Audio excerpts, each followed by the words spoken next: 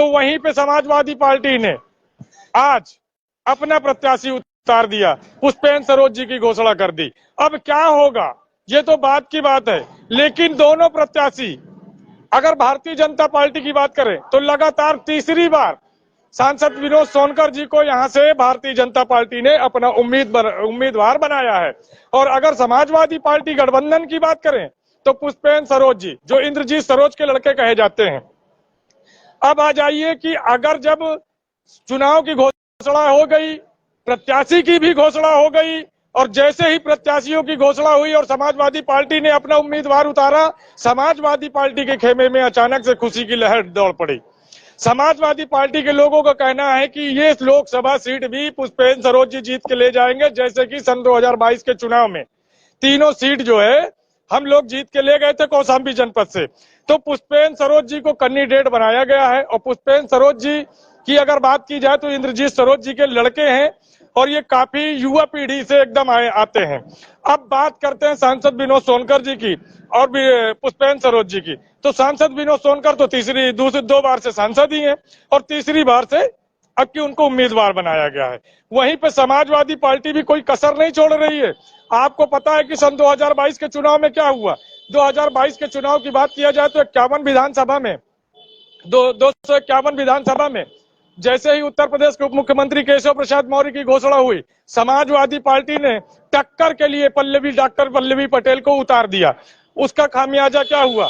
बड़ी जद्दोजहद हुई, लगातार व्यंग के भी बाण छोड़े गए, राजनीति चरम सीमा पे थी। लेकिन जब निर्णय आया तो निर्णय ने सबको चौंका दिया। चौंका क्यों दिया? क्योंकि कौशाम्बी जनपद की तीनों विधानसभाएं साइकिल वाला ले गया, यानी कि समाजवादी पार्टी की सीट हो गई। विधानसभा 2022 के चुनाव में जिस प्रकार से समाजवादी पार्टी के कार्यकर्ताओं ने, समाजवादी पार्टी के लोगों ने और समाजवादी पार्टी की रणनीति ने भारतीय जनता पार्टी से तीनों सीट छीन ली, वहीं पे पुष्पेंद्र सरोज जी और समाजवादी पार्टी के कार्यकर्ताओं का कहना है कि इस बार हम हर कीमत में, मतलब हर संभव प्रयास करेंगे। हमारे पास एक ऐसी रणनीति है कि पुष्पेंद्र जी विजयी होंगे। ये उनका कहना है समाजवादी पार्टी वालों का। अब समाजवादी पार्टी की बात किया जाए तो उनकी रणनीति जो 2022 में काम की थी, तीनों सीट यहां से लेके चले गए, उस हवा के झोंके में जब 3 सीटें गई तो आपको बता दें कि उत्तर प्रदेश के उप मुख्यमंत्री केशव प्रसाद मौर्य जी को भी हार का सामना करना पड़ा था। तो आज विनोद सोनकर जी के सामने पुष्पेंद्र सरोज जी खड़े हैं। बिल्कुल आप लोग देख सकते हैं, पुष्पेंद्र सरोज जी इंद्रजीत सरोज के बेटे हैं। अगर समाजवादी पार्टी से अखिलेश यादव जी ने पुष्पेंद्र सरोज जी को अपना उम्मीदवार बनाकर भरोसा जताया है, तो कौशाम्बी के वहीं पे जिला अध्यक्ष जी का भी कहना है, समाजवादी पार्टी के जिला अध्यक्ष का कहना है कि 2022 में आपने क्या देखा? 2022 में आपने देखा कि हमने तीनों सीटें, विधानसभा सीटें भारतीय जनता पार्टी के हाथों से खींच के लाई है। और 2024 का इंतजार कर रहे थे समाजवादी पार्टी के कार्यकर्ता, कह रहे थे कि अब हमारा मिशन लोकसभा सीट, यानी कि सांसदी का सीट, सांसदी भी उनको चाहिए। 3 विधानसभा ले गए, समाजवादी पार्टी के खाते में गई, लेकिन उनका एक लक्ष्य था कि 2024 में हम लोकसभा सीट भी ले जाएंगे। अब लोकसभा सीट ले जाएंगे, इतनी आसान बात नहीं होगी, क्योंकि 2 बार से सिटिंग सांसद हैं विनोद कुमार सोनकर जी। लेकिन यह भी नहीं कहा जा सकता कि पुष्पेंद्र सरोज जी आए हैं। सपा का अगर बात किया जाए तो जिस हिसाब से उन्होंने 2022 में अपनी रणनीति बनाई, आप लोगों को बता दूं कि 2022 में एक वीडियो वायरल हुई थी। वो वीडियो क्या थी वायरल? एक बच्चे उसमें कॉमेडी कर रहे थे, ले गया साइकिल वाला, तीनों ले गया। उस समय हमने समाजवादी पार्टी के काफी कार्यकर्ताओं से बात की, कई लोगों से बात की, सबका केवल एक ही कहना था, अब हमको इंतजार है 2024 का।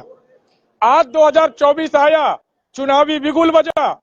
एक तरफ से विनोद सोनकर, दूसरे तरफ से समाजवादी पार्टी ने पुष्पेंद्र सरोज को अपना उम्मीदवार बनाया, पर सपा के खेमे में एक खुशी की लहर दौड़ गई। क्यों दौड़ गई? क्योंकि उनका इंतजार था। आप लोगों ने गाना भी सुना होगा, जिसका मुझे था इंतजार वो घड़ी आ गई। समाजवादी पार्टी वालों को तो एकदम पूरी तरह से इंतजार था कि कौशाम्बी जनपद में उम्मीदवार अपना उतारा जाए। अब कौशाम्बी जनपद का आया विनोद सोनकर, बड़ी जद्दोजहद के बाद, पहले तो टिकट ही नहीं आ रहे थे, घोषणा ही नहीं हो रही थी कि कौन होगा उम्मीदवार। बड़ी मुश्किल में किसी तरह से भारतीय जनता पार्टी ने अपना उम्मीदवार जैसे ही उतारा तो स्वाभाविक सी बात थी, समाजवादी पार्टी को भी तो अपना उम्मीदवार उतारना था। और ये तो पहले ही से साफ था कि पुष्पेंद्र सरोज जी या इंद्रजीत सरोज जी को दो में से एक समाजवादी पार्टी अपना प्रत्याशी बनाएगी। अब मामला क्या होता है, क्या विनोद सोनकर जी को टक्कर दे पाएंगे पुष्पेंद्र सरोज जी? जरा आप लोग कमेंट्स करके बात करिए, जरा बताइए अपने अपने कमेंट्स में रख के। आप कमेंट्स करके बता सकते हैं कि विनोद सोनकर और पुष्पेंद्र सरोज ये दो हो गए।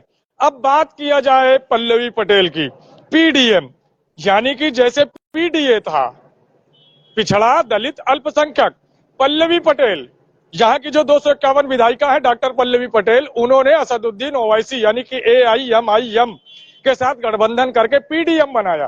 पीडीएम का मतलब हुआ पिछड़ा दलित और मुस्लिम। ये अभी तक पीडीएम ने अपना प्रत्याशी कौशाम्बी जनपद में नहीं उतारा है। तो 3 प्रत्याशी लगातार आपको मैदान में दिख रहे हैं। जैसे ही 1 घंटे पूर्व समाजवादी पार्टी ने घोषणा की पुष्पेंद्र सरोज जी को वो मैदान पे उतर गए, हमने चर्चा की तो पता चला कि वो फील्ड में है, अल्पी का पूर्वा उधर साइड पे हैं। तो जैसे ही पुष्पेंद्र सरोज जी आते हैं, जिनको टिकट मिला है, हम एक बार आप लोगों के सामने लाइव उनसे बात करेंगे और आप लोगों की जो है एक मन में बात वो बताइए कि पुष्पेंद्र सरोज जी आए समाजवादी पार्टी से, अब साइकिल और कमल, क्या लगता है सन 2022 के चुनाव को देख के, सन 2022 के चुनाव को देख के लगता है कि समाजवादी पार्टी की रणनीति, उसके कार्यकर्ता, उसका उमंग काफी भारी है? क्योंकि 2022 में देखने को ही ऐसी चीज मिली थी। उस समय सन 2022 की बात किया जाए तो 251, 52, 53 सिरातू, मंजनपुर, चायल, तीनों जो विधानसभा सीट पे विधायक थे वो भारतीय जनता पार्टी के थे। लोकसभा का जो सांसद थे विनोद सोनकर जी, वो भी भारतीय जनता पार्टी के थे। इतना सब कुछ होते हुए भी 2022 में 1 नहीं, 2 नहीं, 3 की तीनों सीट समाजवादी पार्टी ले गई। कैसे ले गई वो तो आप लोगों को पता है, रणनीति, और उसी चीज का इन लोगों को इंतजार था समाजवादी पार्टी वालों को। अभी छद्दू चमार जी भी हैं। अगर बात किया जाए, प्रत्याशी है भैया, 11 बार चुनाव लड़े, 23 साल से चुनाव लड़ रहे हैं वो। मैंने तो जी अपनी लाइफ में सबसे ज्यादा छद्दू चमार जी को चुनाव लड़ते देखा। और छद्दू चमार जी की बात किया जाए तो प्रत्याशी तो है ही है वो। अगर भले ही उन्होंने चुनाव एक ही जीता, छोटा जीता, लेकिन दिल तो उन्होंने तमाम जीता है। अगर आप किसी गांव में बच्चे के पास भी चले जाएंगे ना, तो वो भी बता देगा कि छद्दू चमार साइकिल वाला, बर्तन वाला, ग्राम तैयबापुर, पोस्ट शमशाबाद।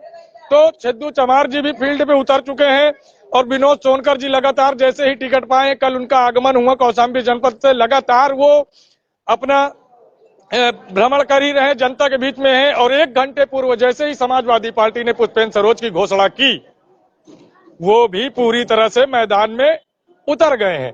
अब 3 प्रत्याशी लगातार देखने को मिले। लेकिन बात अगर की जाए तो उत्तर प्रदेश में केवल 2 ही पार्टी पूर्व यूपी में देखने को ज्यादातर मिलती है, एक भारतीय जनता पार्टी और दूसरा समाजवादी पार्टी। अगर बात किया जाए समाजवादी पार्टी और भारतीय जनता पार्टी, तो दोनों एक दूसरे पे अपनी अपनी बात कहते जा रहे हैं। वहीं पे जैसे कि उत्तर प्रदेश के भारतीय जनता पार्टी के बड़े नेताओं का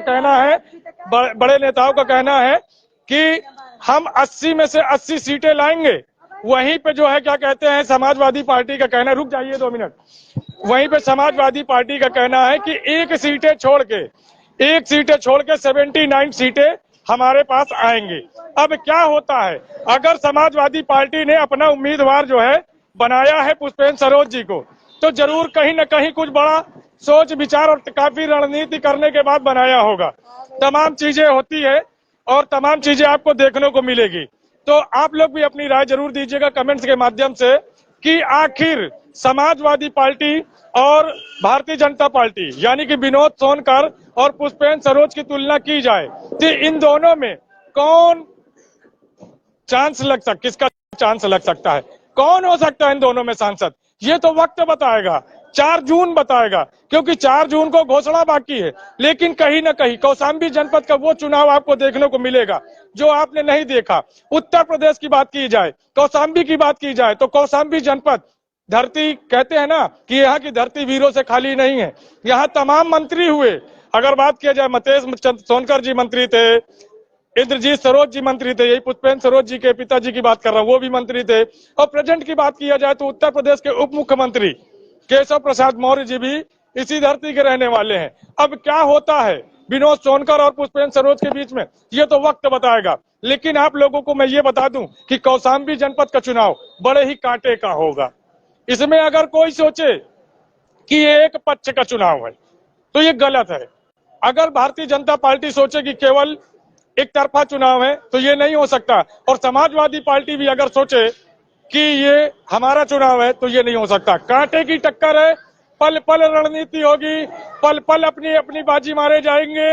अब जो भी निर्णय होगा वो लगातार हम जनता के बीच में पहुंच के आप सभी को जनता की राय दिखाएंगे और जनता से लगातार अब फील्ड में बात करेंगे, क्योंकि बिगुल बजा है तो बेबाक न्यूज इंडिया फील्ड पे तो आना ही आना है। जनता की क्या राय होती है आप लोग सुनिएगा। तो आप लोग भी अपनी राय जरूर दें कि एक तरफ से पुष्पेंद्र सरोज जी समाजवादी पार्टी से, दूसरी तरफ से सिटिंग सांसद विनोद कुमार सोनकर जी भारतीय जनता पार्टी से, कौन किसके सिर पे चढ़ेगा ताज। तो आप लोग भी अपनी राय जरूर दें कमेंट्स के माध्यम से। वीडियो पसंद आई हो तो चैनल को सब्सक्राइब करें। जय हिंद, जय भारत, भारत माता की जय।